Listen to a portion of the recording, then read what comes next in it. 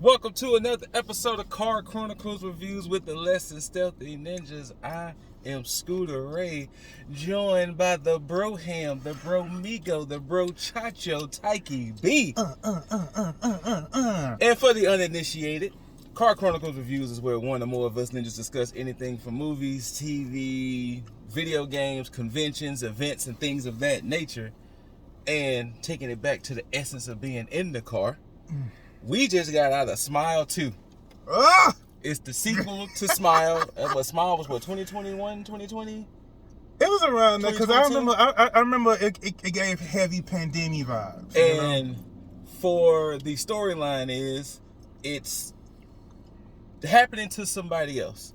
In the first one, it happened to a therapist named Rose. I'm gonna be honest with you, I can't remember. Well, psychiatrist. I can't remember much about the first one. I recently just seen it Monday. Okay. Yeah, Okay. I just seen it like Monday. I was about to say, I saw it when it first came out. It was a host. It was a demon of sorts that was plaguing on the minds, which was cause people to see these smiles and things of that nature, and it was just haunting him and haunting her. Sorry, and this one is happening to a pop superstar. Skye Riley. Skye Riley, baby. Who is played by the beautiful Naomi Fabulous. Scott. Fabulous. And there's other people in the movie, but she's the one. You are smacking the gum. Oh, I'm sorry. Right. That's some class, some couth. But oof. Naomi Scott did her thing in this movie. Now, there will be some offshoot spoilers that when you see the movie, it'll make sense, but they won't be direct. They won't be direct spoilers, so don't be thinking like, oh my God, they just spoiled the movie. Because if you've seen the first one, you have an idea. How you feeling off of coming out the movie? How you feeling about 10, baby. 10. 10 out of 10. I might say Go ahead. that this was probably the most fun that I have had in the cinema all year. Personally speaking, I still have Furiosa because I had a blast watching that movie. But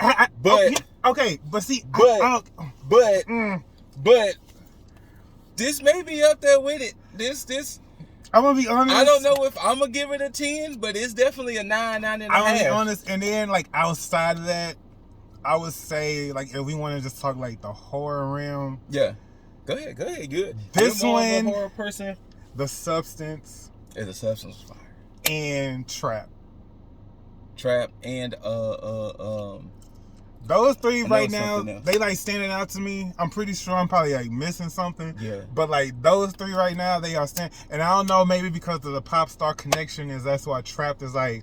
Yeah. But I did enjoy Trap too. But yeah. Oof, this was a fire ass movie. If you didn't really care for the first one so much, and you were kind of weary of the second one, see it. See it, bro. Whatever criticisms or whatever they had in the first one, they took it and fixed it. And a mild story spoiler in the beginning, this movie technically takes place 6 days after what happened in Smile. If you saw the way Smile ended, if you've seen Smile and you know the way it ended, it is 6 days after that because they flashed it at the bottom. I may go back and watch the first one. Yeah. It is because 6 days after. I remember watching the first one and being like, I may not come back to this. Now, I will say this. Since it is 6 days after, if you have not seen the first one, the first 15 minutes may be a little confusing. If you had not seen the first one, the first 15 minutes may be a little confusing, but then on, you're good.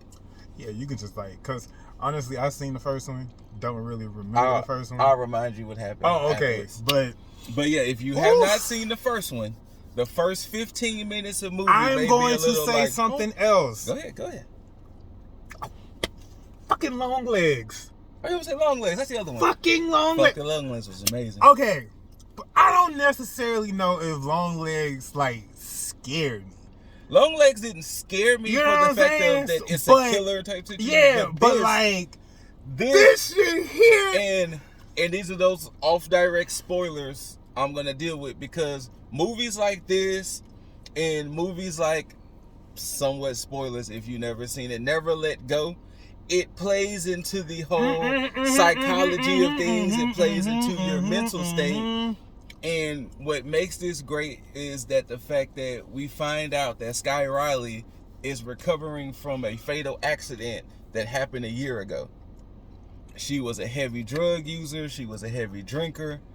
And when the demon, which is not safe to, I mean, which is not spoiling, because if you've seen the trailer, it shows it, what's going to happen. When the demon comes into her life, it's fucking with her, but it's also making the people around her like, girl, are you using again? Like, you good? Like, and it truly takes you on the whirlwind. The jump scares was there. Oh my God. The story was very coherently told.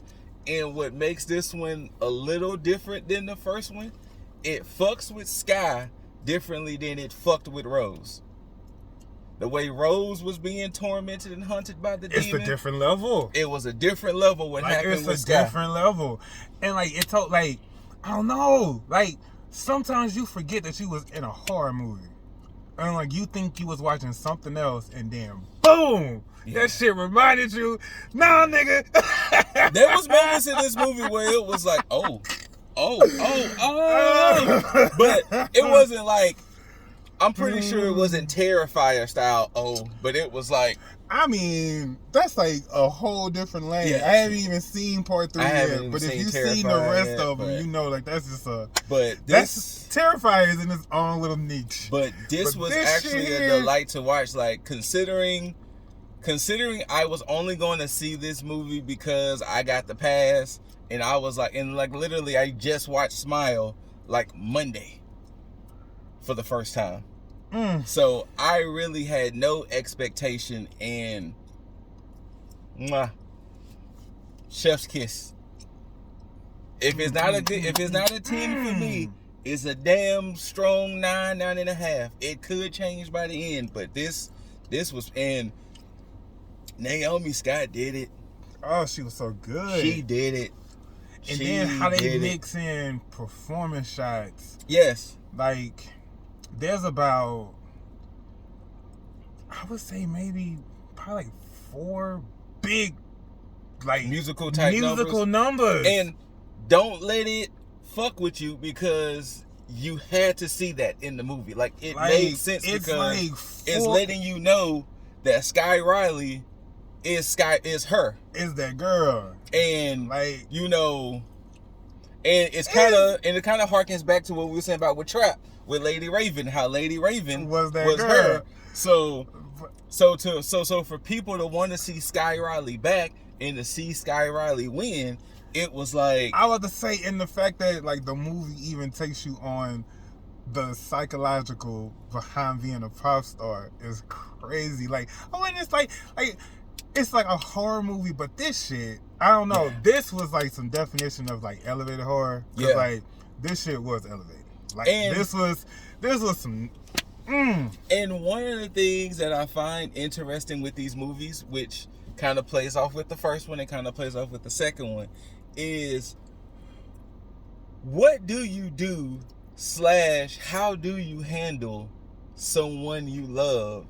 Seems like they're spiraling. Because like what happened with Rosie in the first one, her fiance Jesse T. Usher, he was like, Rose, hey, mind you, what the fuck is happening? You know, like, on the outside, these are people who you would assume got it all together. Yeah, like, you assume like they are like just it. You know what I'm saying? And with this one, like I just said before, it plays off of that whole, we know what you used to do, so it's kind of hard to,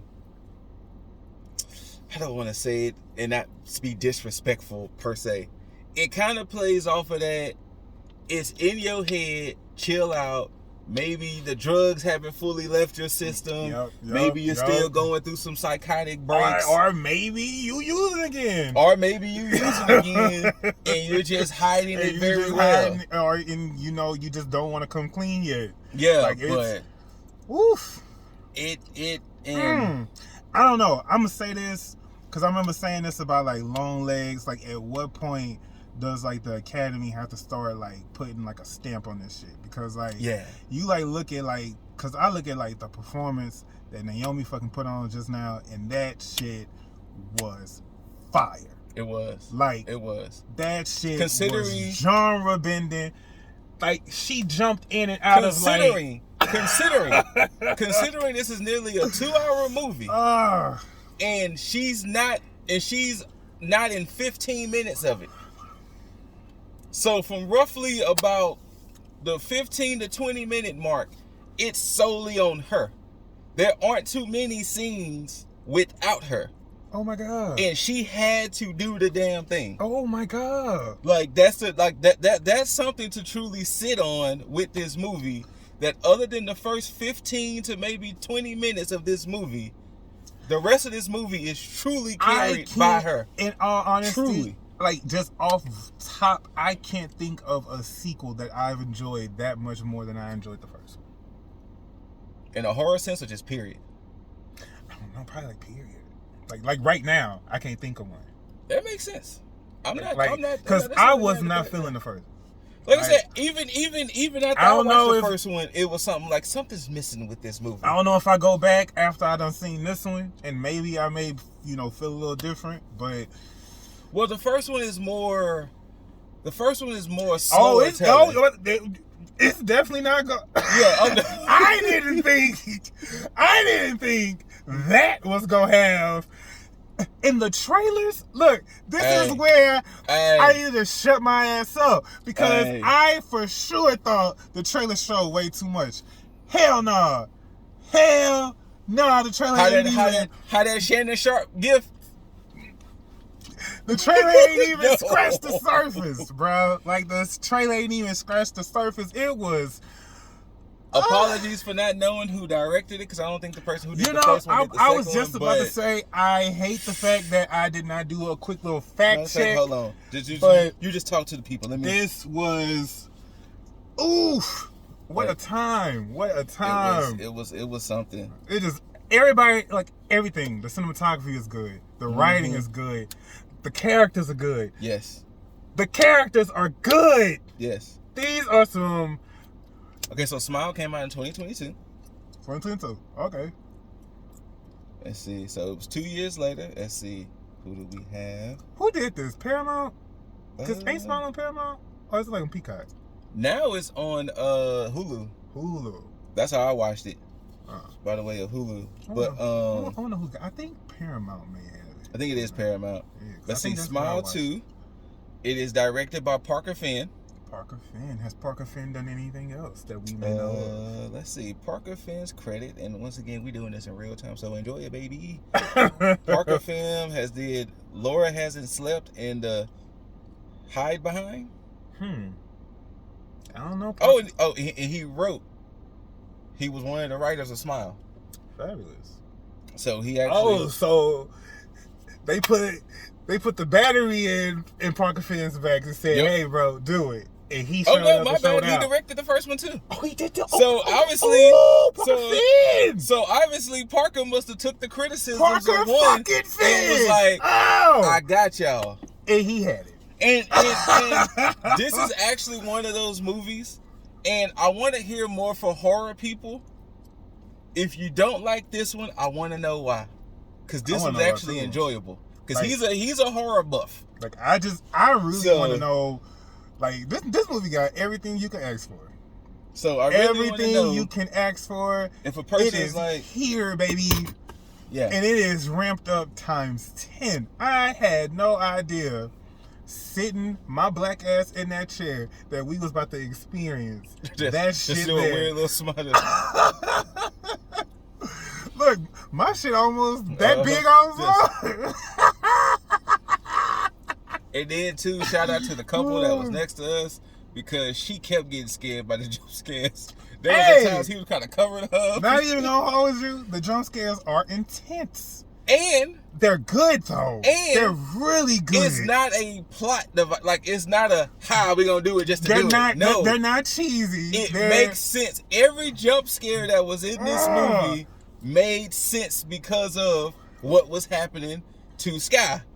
I want to watch this film again. I might watch it again when it hits streaming. I may watch it again. Motherfucking cinema. You hear me? Mwah!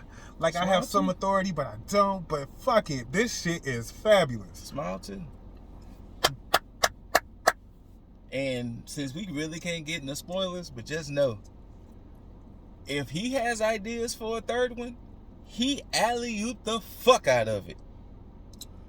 Oh! He alley-ooped the fuck out of it. Oh, at first I didn't know where you was going, but then I was like, if there's another one, he alley-ooped the fuck out of it. Baby, if there's another one, he alley-ooped. He has the potential to fucking do something wild. Yeah. And that's all we gonna say. Shout outs to Cosmic Boss, Aronia Miss, Taiki B for joining me. Smile too.